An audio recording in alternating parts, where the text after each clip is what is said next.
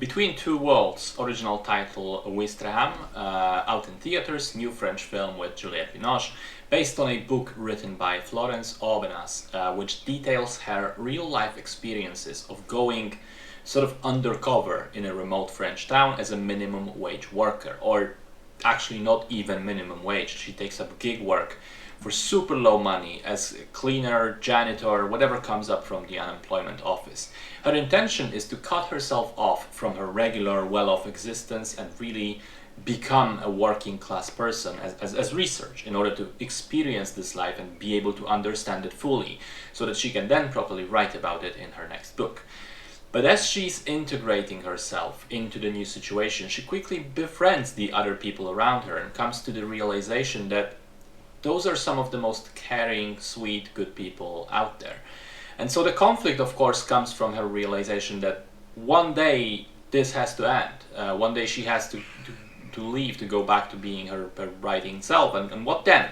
Does she tell everyone that she's a writer? How can she reveal that? What will their reaction be?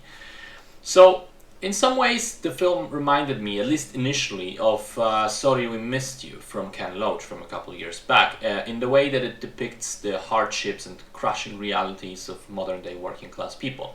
But it quickly steers away from the gloominess of that. On the one hand, because of the undercover writer angle, but I think much more so because of the unrelenting optimism and humanity it manages to find in its characters. You realize that you're not just feeling bad for the people depicted because they themselves manage to find happiness in their lives. It's not all depressing despite the poor economic situation that they find themselves in. I think a lot of that comes to the very realistic performances, which, as I learned after watching the film, are done by non-professional actors mostly.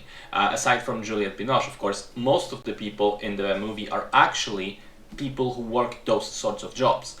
And I remember thinking to myself during the movie, it's wonderfully refreshing to see how these folks don't look like Hollywood stars, but rather real, genuine people. So, of course, that's why. And that probably also helped build the illusion that they know what they're doing, that all the work scenes seem realistic as well, because, of course, those people do that for a living.